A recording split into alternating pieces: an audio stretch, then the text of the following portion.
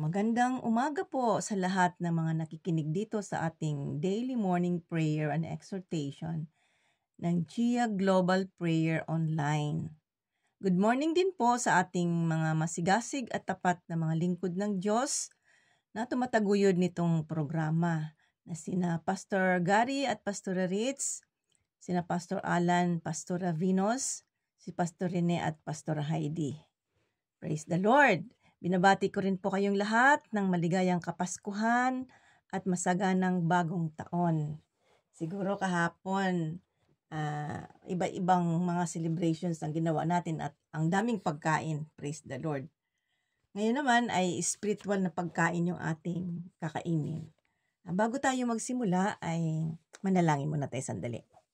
Father in heaven, we thank you and we bless you for your goodness upon our lives. Thank you, Lord, sa umagang ito na muli binigyan mo kami ng lakas, ng kasiglahan upang harapin ang maghapon. Salamat sa pagkakataong kami magkakasama kahit sa online, Panginoon, para makinig na iyong salita at magmanalangin sama-sama. Lord, we pray na gabayan mo po kami sa lahat ng aming gagawin at nawa ang iyong pangalan lamang ang maluwalhati sa aming kalagitnaan. Sa pangalan ni Jesus, Amen. Thank you, Lord. Sa umagang ito, ang nais kong i-share sa inyo ay pinamagatan kong the power of the tongue. Alam naman siguro natin na yung ating dila, our tongue, can be used to build up and heal. But it can also be used as a weapon to harm and destroy people, di ba? Aware ba tayo niyan na ang ating mga salita ay may kapangyarihan? May epekto ito sa mga nakikinig. Iniisip ba muna natin kung ang ating sasabihin ay makakasakit o hindi bago natin sabihin? Minsan siguro no, pero kalimitan, di ba hindi? Lalo na pag tayo ay galit, kung ano-anong lumalabas sa bibig at kapag ang kausap natin ay yung mga mahal sa buhay, yung mga close sa atin, parang kampanting tayo mag-release ng ating mga galit o kung ano man ang ating nararamdaman. Kasi parang feeling natin maintindihan naman nila tayo. Pero ang doon, ang masakit ay kapag nagsalita tayo ng masakit ay nakakasugat yun ng puso. At ang mga mahal sa buhay natin ay hindi naman yan mga bato na hindi nasasaktan. So, dapat ang mga mahal sa buhay ay hindi sinasaktan. Mayroong kasabihan na sticks and stones may break my bones, but words will never hurt me. Pero ako hindi naniniwala doon, di ba? Kayo palagi ko hindi rin kayo maniniwala kasi talaga namang hindi lang naman sticks and stones ang nakakasakit kasi ang lalong nakakasakit ngayong salitang masakit Minsan nga ewan ko lang kung nakakapagsalita rin kayo nito o naririnig natin to sa iba, sabing gano'n na mas mabuti pang sinampal mo na lang ako kaysa pinagsalitaan mo ako ng sobrang sakit, tagos hanggang buto. Kasi kapag yung pasa doon sa mukha ko na dahil sa sampal ay madaling maghilom yun kaysa doon sa napakasakit na salita na talagang mahirap maghilom, matagal bago maalis kasi durog na durog ang puso mo pag narinig mo yon. So, dapat talaga ay nag-iingat tayo sa ating mga salita kasi ang salita natin ay may kapangyarihan. Kaya yun ang tinuturo ng Proverbs 18:21. Sabing ganon, death and life are in the power of the tongue. So words have power and whatever we speak can bring life or death into the lives of those who hear us. So, we need really to be careful with our words. Kaya nga, yung sinabi ni James sa James chapter 1 verse 19 na everyone should be quick to listen, slow to speak, and slow to become angry. Kasi kapag mabilis tayo magsalita, minsan ay nakakasagasa tayo. So, dahan-dahan tayo magsalita. Totoo nga ba talaga that life and death are in the power of the tongue? Tingnan natin sa spiritual life, no? What our tongue produces has eternal implications For it reveals what is in our hearts. So, nare-reveal kung ano nasa puso natin. Kagaya ng sinabi ni Jesus Christ sa Matthew chapter 12, verse 35. Sabing ganon, the good man brings good things out of the good stored up in him. And the evil man brings evil things out of the evil stored up in him. The evil man. So, talagang kung ano ang laman ng puso, anong nakatago doon, yun ang lalabas, yun ang makikita. Kaya nga yung sabi doon sa verse 34 nitong Matthew 12, out of the abundance of the heart, the mouth speak. Kaya makikita yon kung ano nasa sa loob pag nagsalita ang tao, malalaman. Sa verse 36, sabing ganon, men will have to give account on the day of judgment for every careless word they have spoken. Sa ibang translation, idle word. So, pananagutan pala natin ang bawat salitang lumalabas sa ating bibig na mga walang kabuluhan. Kaya yung mga, mag-ingat tayo sa mga sinasabi natin kasi may pananagutan pala tayo. Napakahirap i-tame ang ating dila. Yan ang sinasabi ni James, no? It's hard for us to tame our tongue. Sabi kasi ni James, it is a restless evil, full of deadly poison. Yun ang description niya sa ating dila, sa ating mga salita. But if our tongue is under the control of the Holy Spirit, no? At under control natin, no? That is, makikita natin na kontrolado rin ng Holy Spirit. So, napakahalaga na ipagkatiwala natin sa Panginoon o hayaan natin ang Panginoon ang mag-lead sa atin, mag-pray tayo kung anong sasabihin natin at lagi tayong maging maingat kung anong dapat nating sasabihin. So, nakikita, nalalaman kung ano nasa sa loob kapag tayo nagsasalita. Sa emotional naman, emotions are powerfully affecting. Diba talagang malakas maka-apekto yung ating mga emosyon eh. Halimbawa, ang saya-saya mo, yung nakakaano mo, nahahawaan sila ng saya mo o yung nalungkot ka, nahahawaan kung anong emosyon natin, minsan nakaka-apekto to sa iba eh. But yet, our emotions also is very vulnerable to injury. Madali rin itong ma-injure, no? Masaktan or whatever. Sabi ni James, dinescribe ng yung tongue as a fire, sabi doon sa James chapter 3 verse 6. Isang apoy daw. At ano ba ang ginagawa ng apoy? Di ba nakakasunog? Di ba siguro naman nararanasan din natin na nasaktan tayo sa mga salita. Sa Proverbs 15 verse 4, sabing ganon, the soothing tongue is a tree of life, but a perverse tongue crushes the spirit. So emotionally talaga, no? Yung soothing, yung nakakapagbigay ng kapayapaan, nagkakapagbigay ng parang calmness na salita ay as a tree of life.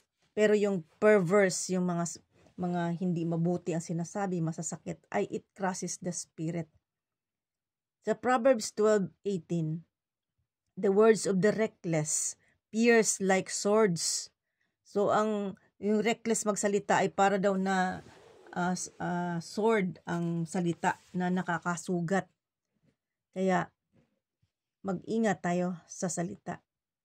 But the tongue of the wise bring healing. So, kapag reckless ang tao, ang lumalabas sa bibig niya ay nakakasakit. Pero kapag ang tao ay wise o maingat, no? Matalino, ay ang sinasabi niya ay nakakapagdala ng healing. Ang wound kasi, the wound is emotional and deep kapag ka nasaktan and it needs healing. So, words can wound and also words can heal. So, sana naman ay pinagpipray ko lagi sa Lord na, Lord, sana wag naman yung words ko na nakaka-wound, nakakasugat, kundi yung nakaka-heal, nakaka-refresh sa tao.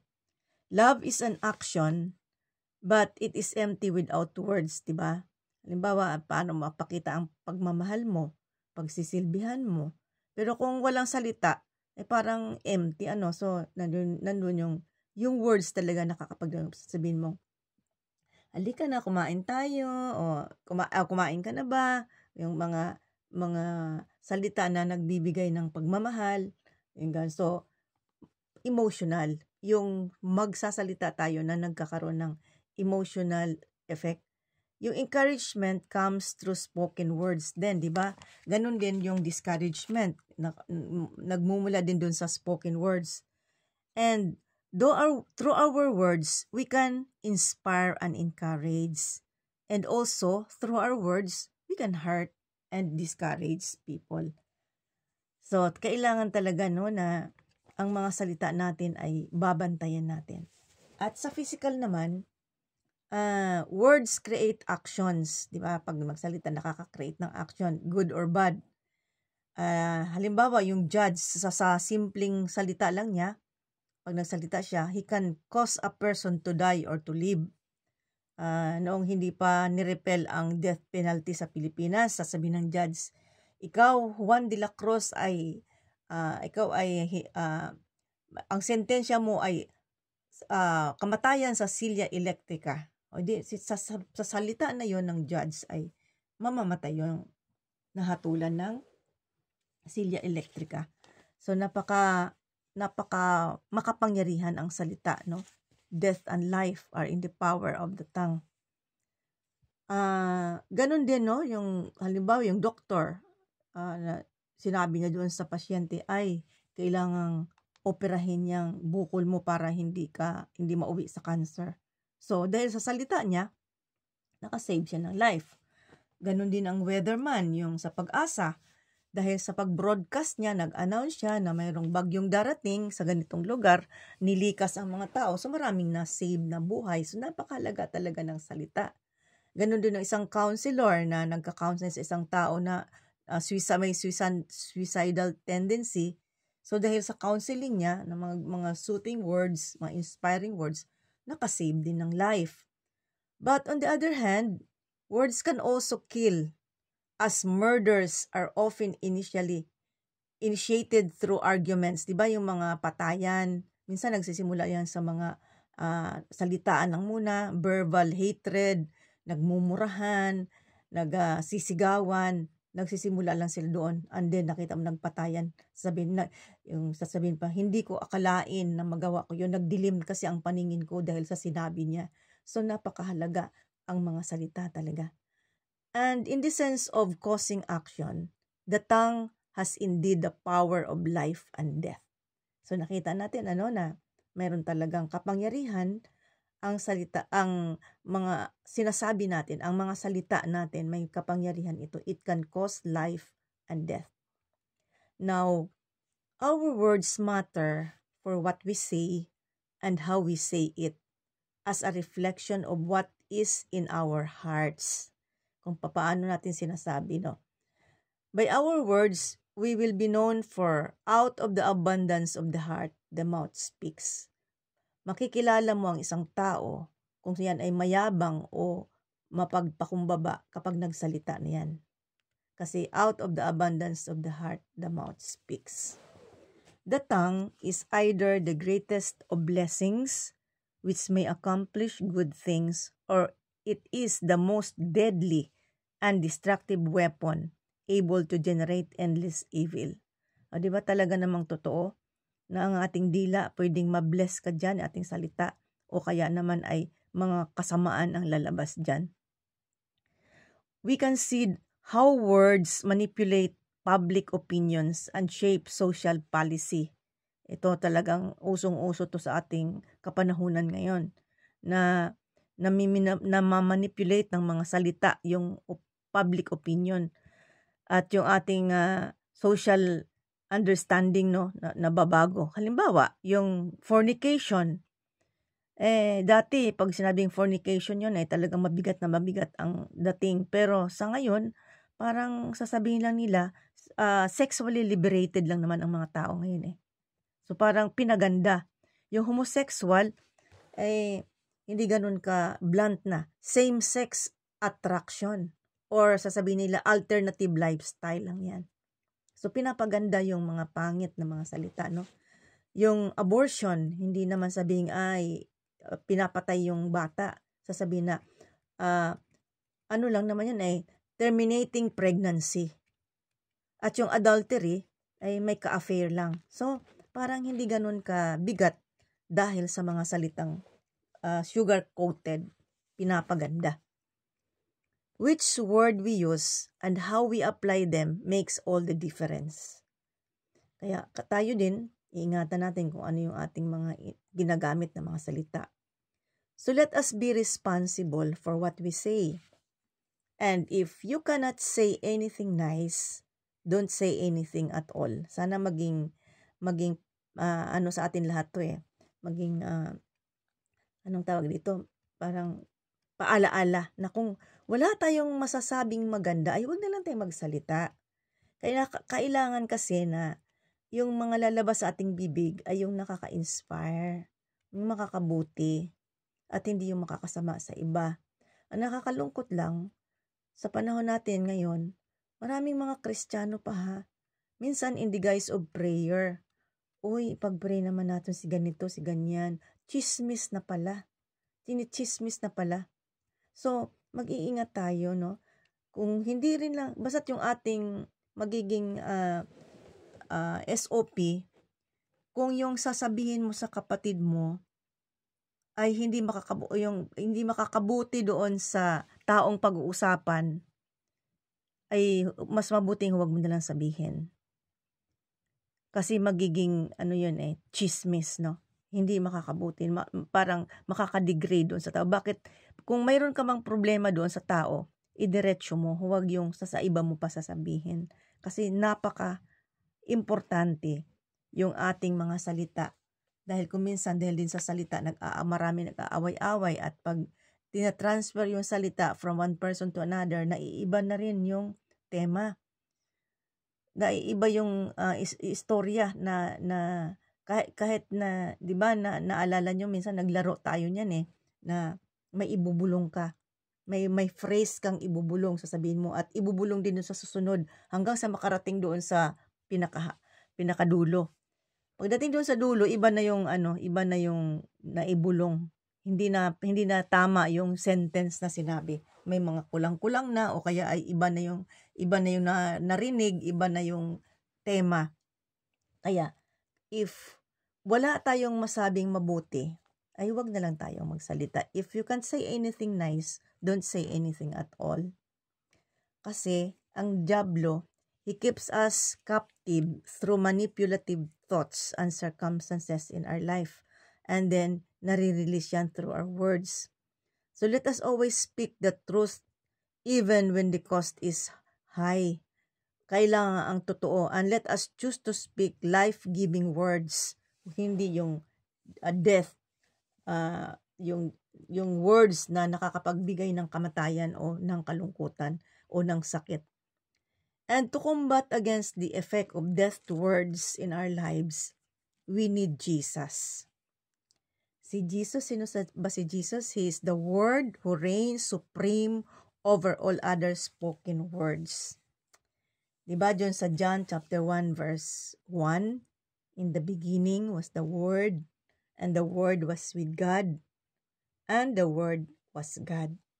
So, nakita natin dito that Jesus has the power over every negative and false word spoken over us. Because He is the Word. As God's children, we are not subjected to the world's words. Hindi tayo subjected sa mga salita ng mundo, but only the word of Jesus.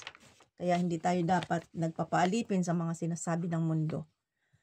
When we choose to put our identity in God, deceiving and misleading words will not and cannot be our distraction. Ayan, tandaan natin na kapag ang ating identity ay na kay Kristo, sa Panginoon, kahit anumang mga deception yan, anuman mga misleading words ang maririnig natin, ay hindi tayo madi-destroyed.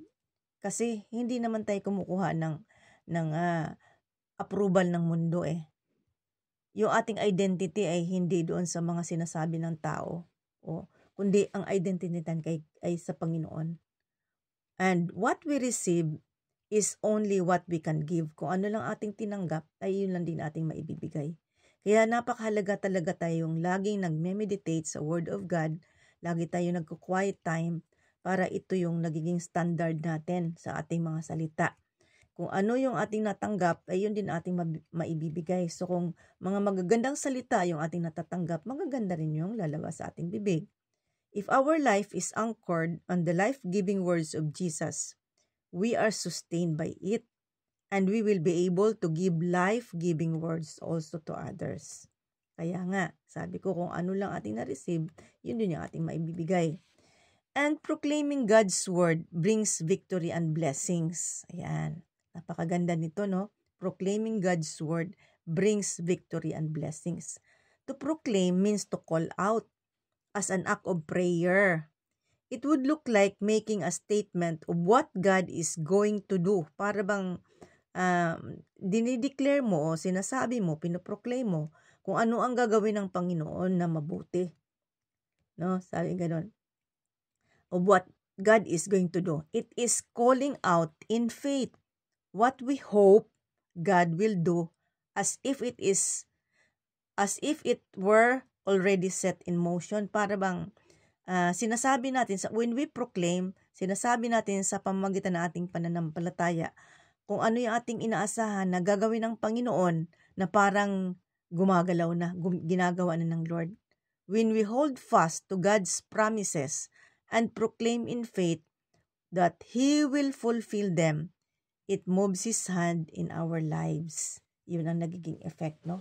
Na yun yung ito yung kumbaga sa ito yung binigay sa ating idea ng Mark 11:24 'Di ba sabi sa Mark 11:24, whatever you ask for in prayer, believe that you have received it and it will be yours.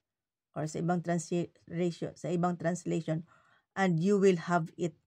So, pag pinoproclaim natin, we are releasing the authority of God's word into our situation, into our life, in our family, our church, etc. No? So, let us experience or gawin natin habit itong proclaiming the word of God, proclaiming the promises of God, proclaiming our faith, proclaiming our hope, para maranasan natin ang mga pagpapala, victory, and blessings.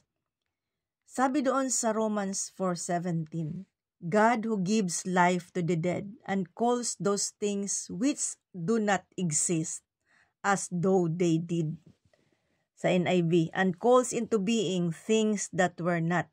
So, alam nyo nung natutuhan ko itong calling things which do not exist as though they did. Napakaganda nito Yung sinasabi, kumbaga sa pinoproklama mo, pinoproclaim natin o sinasabi natin yung mga bagay na wala pa na parang naandyan na.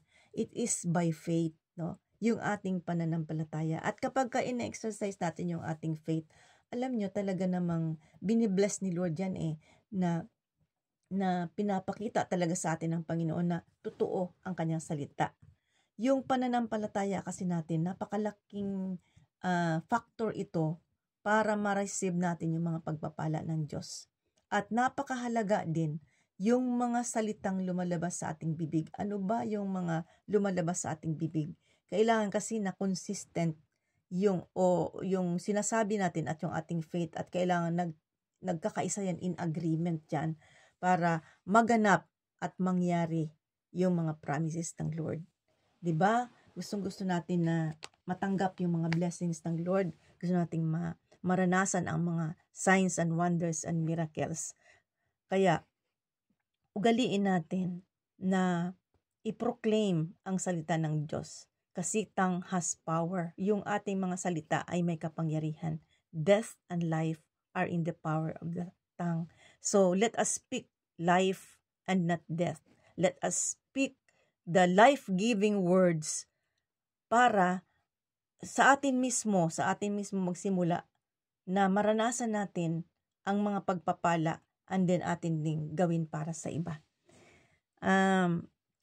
itong aking maiksi na exhortation ay gusto kong i-conclude sa aking personal experience na talagang nakita ko na ang ating salita has power. Our words has power, no? Nagsimula 'yon nung marinig ko to kay Kuya Ben Baluyot.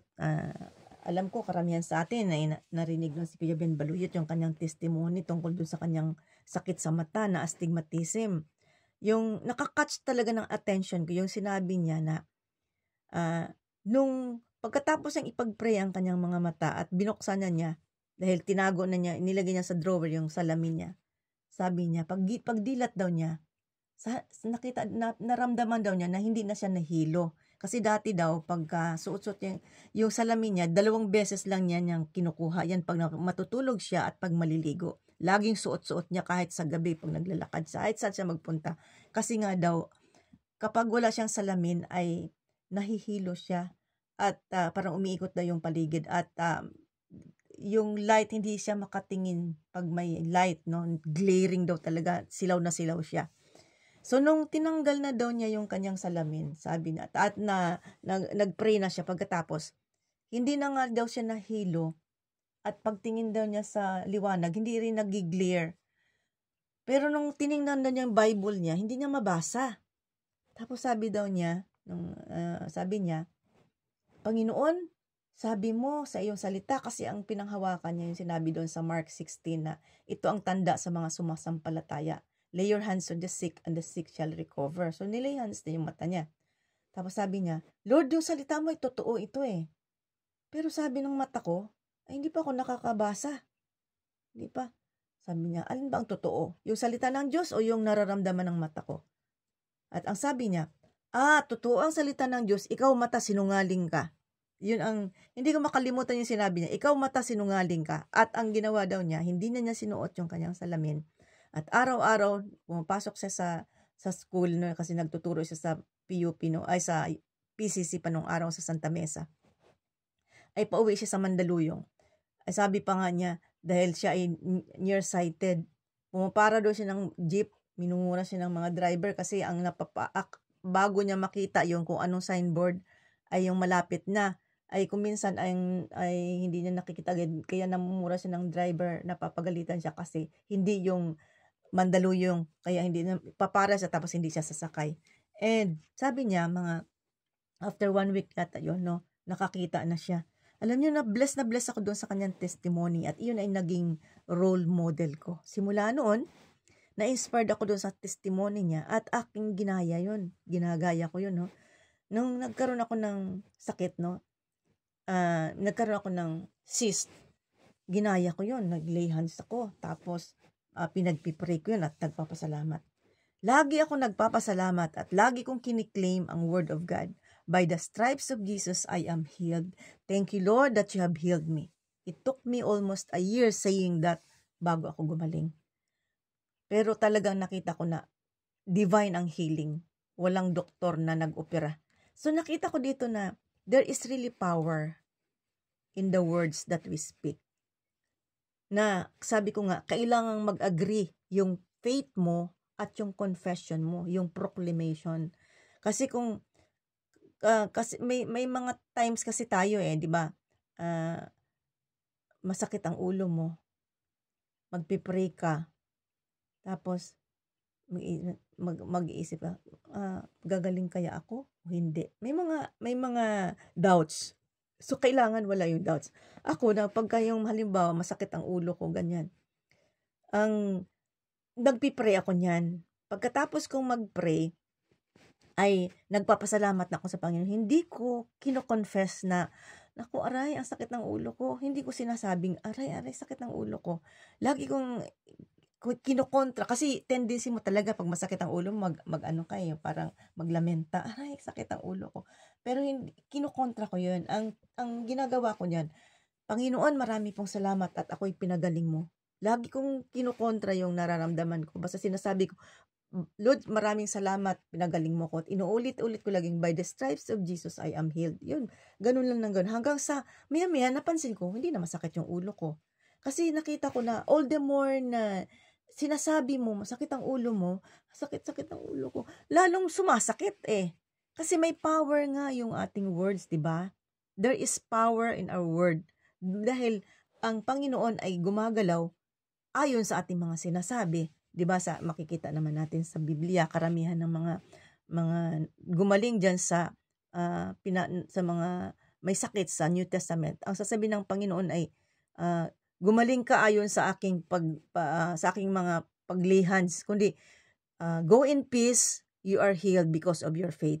Diba? Laging faith. So napakahalaga nung faith, no? So yung faith natin ay ating iproklama. There is power in the words spoken with faith. Lalo na-inspire tayo ng Word of God. So, ang dami kong mga experiences niyan. Pero yung mga yung mga malalaki lang ang aking mga i-share sa inyo, no, na power of the word. Nung ako yung nagkaroon din ng case dito sa Italy dahil doon sa aking inheritance na kinontest. Ang lagi ko lang na sinasabi doon yung sa Isaiah 54:17, no weapon that is formed against me shall prosper. Kasi nakakakaba yung time na yun eh. Posibleng hindi ako ma-renew yung aking permit. Ang dami kong mga naririnig na mga negative, etc. ganito. At pwedeng mawala yung aking inheritance, no? So, talagang, ang sinasabi ko lang kino-confess ko yung aking faith at yung aking confession is the word of God. There is really power. Kasi, nung kino-confess ko lagi yun, nawala yung fear ko eh. And, nakita ko na nagtagumpay ako, nanalo ko sa kaso. So talagang makapangyarihan yung ating mga salita. Kaya mga kapatid, gusto ko talaga na ma-encourage ang bawat isa sa atin na magkaroon tayo ng habit na iproklama, to proclaim, to speak positive, life-giving words in every situation of our life. Huwag tayong maglamenta, huwag tayong magagalit, huwag tayong magsalita pag nagagalit. Pag nagagalit tayo, mag-pause muna tayo sandali. Mag-ponder, mag-isip-isip at manalangin para hindi tayo makapagsalita ng hindi mabuti. Kasi pag nabitawan na natin yung masakit na salita, hindi natin pwedeng mabawi. Baka nakasugat na tayo ng iba. So, importante na yung lalabas sa ating mga bibig ay yung nakaka-inspire, yung mga yung life-giving words, yung nakaka-encourage, yon. So, sa akin, naging habit ko na yon na lagi kong pinoproclaim, sinasabi, mga positive. Kinukontra ko talaga yung negative. As much as possible, ayoko magsalita ng mga negative kasi may power nga kasi yun eh. So, kung i-confess mo yung negative, ayun nga rin talaga mangyayari. So, dahil doon, kahit anong sitwasyon ang aking harapin, and of course, coupled with faith and hope. Kasi kaya nakita ko na yung result noon ay blessings and breakthroughs and victories. Kaya ko kayo ini-inspire doon sa mga narinig kong testimony at aking mga testimonies din. Kasi nakita ko kung gaano katotoo yung salita ng Diyos. At kapag ito'y ating sinunod lang, no, ay talagang makakaranas tayo ng maraming mga pagpapala. So, praise the Lord at sana ay na-inspire tayo bawat isa sa atin na lagi nating iingatan, iisipin mo ng mabuti kung ano yung sasabihin natin, na ang ating masasabi lang ay yung mga salitang nakaka-inspire, nakaka-encourage, nakaka-strengthen, life-giving words, hindi yung nakakasakit, hindi yung nakakawala ng pananampalataya, hindi yung nakakasugat na mga salita, hindi yung nakakamatay, because there is power in our words. Death and life are in the power of our tongue. Kaya nga mga kapatid, yung exhortation din sa atin ni James, no, gusto ko rin na basahin natin yung exhortation sa atin ni James dito sa chapter 3 ng James. Gusto kong basahin natin dito sa chapter 3 dito sa verses umpisa natin dito sa